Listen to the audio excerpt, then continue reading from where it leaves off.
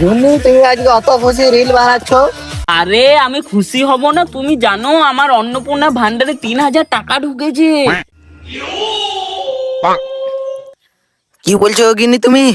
হ্যাঁ গো, আমার ঢুকেছে 3,000। জানো গিন্নি, তোমার ওই 3,000 টাকাতে আমি সব মদ খেয়ে ফেলেছি।